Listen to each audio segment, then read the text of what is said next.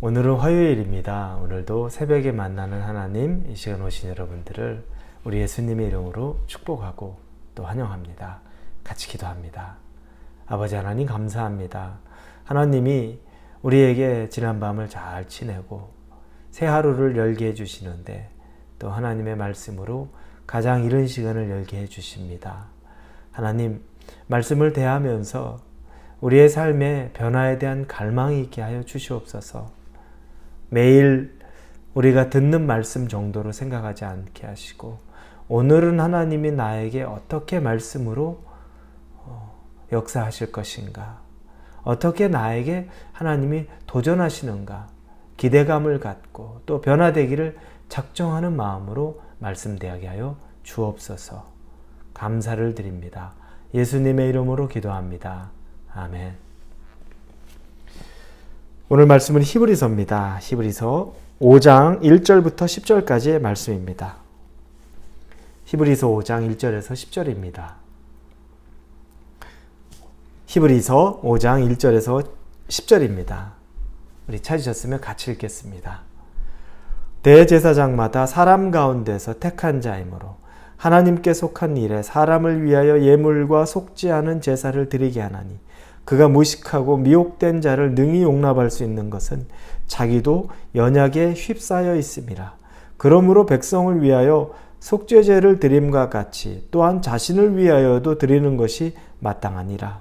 이 존귀는 아무도 스스로 취하지 못하고 오직 아론과 같이 하나님의 부르심을 받은 자라야 할 것이니라.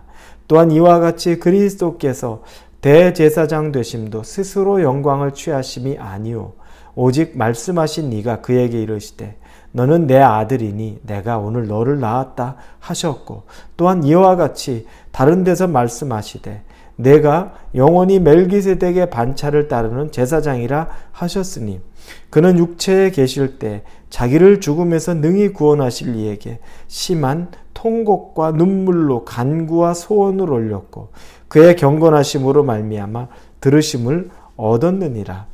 그가 아들이시면서도 받으신 고난으로 순종함을 배워서 온전하게 되셨은즉 자기에게 순종하는 모든 자에게 영원한 구원의 근원이 되시고 하나님께 멜기세덱의 반차를 따른 대제사장이라 칭하심을 받으셨느니라.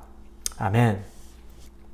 어제 본문을 통해서 예수님이 대제사장 되심을 우리는 알게 되었습니다. 우리에게 있는 대제사장은 이렇게 말씀하시면서 우리 모든 삶에 대한 것들, 우리가 겪었던 우리의 연약함이나 또 고난이나 이런 모든 일들에 대해서 예수님도 같이 동정하시고 같이 그 삶을 겪으셨기 때문에 우리의 연약함을 아시는 분이라는 그런 말씀 고백을 우리는 보면서 그분은 대제사장이다라는 표현을 우리가 보았습니다. 이 대제사장이신 예수님을 오늘 본문 내에서 더 잘 설명하고 있습니다. 그런데 대제사장이 되기 위한 것에는 두 가지 조건이 있다는 것을 오늘 본문을 통해 우리는 보게 됩니다. 첫 번째 조건은 대제사장은 사람이 맡는 것이 가능한 것입니다. 사람이 되어야만 그 대제사장직을 맡을 수 있다는 겁니다. 본문의 1절에 보면 대제사장마다 사람 가운데서 택한 자이므로 이렇게 되어 있습니다. 사람이어야 한다는 거죠. 이 대제사장은 하나님의 일을 합니다. 하나님이 맡겨주신 일을 하는데 이 일은 다른 사람의 죄를 대신 속해주기 위해서 그 죄를 대신 하나님에게 가져가는 일을 맡은 자가 대제사장이었습니다. 그래서 그들은 과거의 구약에서 대속죄일이라는 가장 큰 제사일에 하나님 지성소 안에까지 들어가므로 그 안에서 사람들이 가지고 있는 죄에 대한 하나님의 그 긍휼을 구하는 일을 담당하는 유일한 사람이 바로 그 해의 대제사장이었던 거죠. 이 일은 하나님이 사람을 위하여서 하시는 일, 그런데 그 일은 천사가 하는 것이 아니라 오직 사람이 또 다른 사람을 위하여 대속하게끔 하나님이 계획해 두신 일이라는 겁니다. 여러분, 이 미혹되고 연약한 인간을 대신 중보하고 대속하는 사명, 이것이 바로 사람으로서 대제사장직을 맡은 사람이 해야 되는데, 우리 어제 본문에 봤지만 예수님이 사람으로서 인간의 연약함을 너무너무 직접 경험하셨고 아셨고 고통 가운데 계셨었고, 그리고 그 고통을 또 이기시기까지 하셨고, 이런 과정을 통해서 사람에게 필요한 하나님의 긍휼을 대속하기 위한 그 중보자로 세워질 수 있었다는 겁니다. 그래서 예수님이 7절에 보니까 그는 육체에 계실 때 자기를 죽음에서 능히 구원하실 이에게 심한 통곡과 눈물로 간구와 소원을 올렸고 그의 경건하심으로 말미암아 들으심을 얻었느니라, 이렇게 말씀합니다. 그분이 육체에 계실 때, 인간으로 계실 때 그분이 자기의 그 고통을 놓고도 하나님에게 그렇게 간절히 소원을 두고 기도하셨다는 겁니다. 통곡과 눈물로 간구와 소원을 올려드렸다는 거죠. 자기 자신을 놓고도 그렇게 하셨던 분, 그렇기 때문에 우리 이 연약한 인간을 놓고서도 통곡하고 눈물로 간구와 소원을 하나님에게 대신 올려드릴 수 있다는 분인 것이라는 겁니다. 여러분, 그래서 사람으로 오셨던 예수님이 의미가, 인성을 가졌던 예수님의 의미가, 대속을 위해서 오셨던 예수님의 의미가 그렇게 해서 강력한 겁니다. 우리가 그렇죠. 내가 아파본 사람이 다른 사람이 몸 아프다는 얘기를 들으면 정말 공감을 합니다. 얼마나 힘들었겠어. 내가 가난해 본 적이 있는 사람이 다른 사람의 가난을 보면 얼마나 가난이 힘든지 알죠. 내가 심한 좌절과 실패를 경험해 본 적이 있는 사람은 다른 사람이 심한 좌절과 실패를 경험해 본 걸 보면 뼈저리게 그 아픔을 알 수가 있습니다. 내 자녀가 너무너무 힘든 시기를 지났는데 그 과정을 겪었던 부모라면 그 과정을 겪고 있는 다른 부모를 보면서 그 아픔을 어루만질 수 있는 거죠. 그와 같다는 겁니다. 예수님이 바로 그와 같이 인간으로서 사람만이 할 수 있는 이 대제사장직을 사람으로 오셔서 감당할 수 있었다는 겁니다. 얼마나 큰 비밀입니까? 두 번째는 이 대제사장직은 자기가 스스로 임명하고 내가 스스로 해야지 해서 받는 직이 아니라는 겁니다. 본문의 4절 5절에 보면 이 존귀는 아무도 스스로 취하지 못하고 오직 아론과 같이 하나님의 부르심을 받은 자라야 할 것이니라.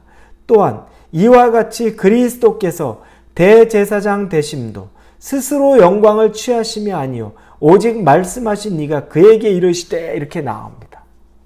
내가 스스로 해야 되겠다, 내가 해야지, 뭐 나만한 적격자가 없지, 이렇게 감당하는 자리가 아니라는 겁니다. 하나님이 맡겨준 자, 하나님이 명한 자. 예수님은 성자 하나님이셨습니다. 그럼에도 불구하고 하나님이 예수님을 그 대속의 제물로 세우기를 원하셨습니다. 그래서 예수님이 그 일을 감당할 수 있었던 것이고, 예수님은 맡은 자에게 구할 것은 순종이니라. 그게 우리 성도들에게만, 당신은 그런 순종을 하지 않고 성도들에게만 너희 그렇게 해야 돼 라고 말씀하신 것이 아니라는 겁니다. 하나님이 말씀하신 것에 예수님이 먼저 순종의 모범을 보이셨습니다. 그래서 우리에게도 순종하라, 내가 너에게 아버지 하나님이 주시는 말씀에 순종하라 라고 당연히 아주 담대히 강력하게 말씀할 수 있는 겁니다. 그분이 하나님에게 순종하셨기 때문입니다. 죄인이 죄인을 구원할 수 없습니다. 예수님은 죄인이 아니셨습니다. 하나님의 아들이셨습니다. 그래서 이 대제사장이 되는 일을 감당할 수 있었습니다.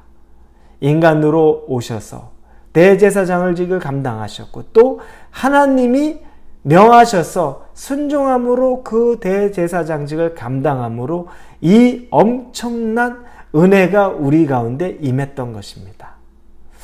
사랑하는 성도 여러분, 그래서 우리는 예수님을 전적으로 붙잡을 수 있는 이유를 알게 되는 겁니다.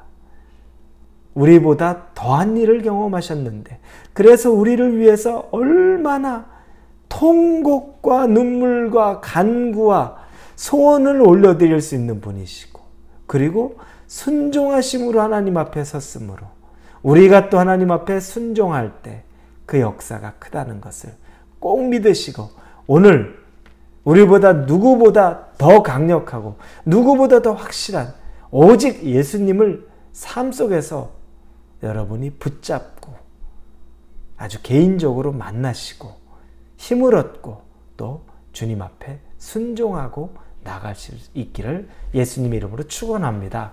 기도합니다. 하나님 감사합니다. 예수님이 우리를 위해 감당하신 대제사장직의 의미를 이제 다시 깨닫습니다.